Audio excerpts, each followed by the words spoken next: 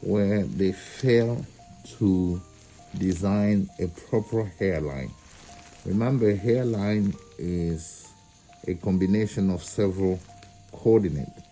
The first thing we know is the rule of proportion. The distance between your chin to the tip of your nose is the same as tip of your nose to the glabella to hairline. Second, when you frown up, you cannot place the hairline on a wrinkle line, because every time you have facial expression, the hairline is going to be moving. Third thing is the mid-frontal point, what we call the mid-frontal point. So the lowest point on a hairline cannot be at the same level as your temporal recession. In a man, this is a mistake. The frontal recession here has to be higher. There should be a little bit higher recession.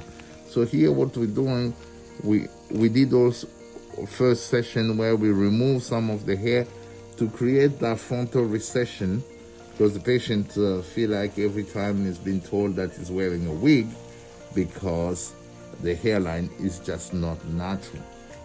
So for a Caucasian male, this is not the typical shape of the hairline. Hairline is also have to be sensitive to ethnic variation. So here you can see, while we're removing some of the follicles that we punch, you can see some of the 2-3 hair are placing on a hairline that we're being removing. And so the goal is to soften the hairline, remove what needs to be removed.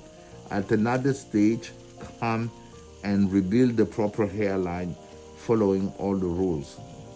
So it may require a couple interventions. So that's what we're doing here, just repair, and in the other room another repair. So it's the day of repair, and it's becoming more and more frequent. Thank you.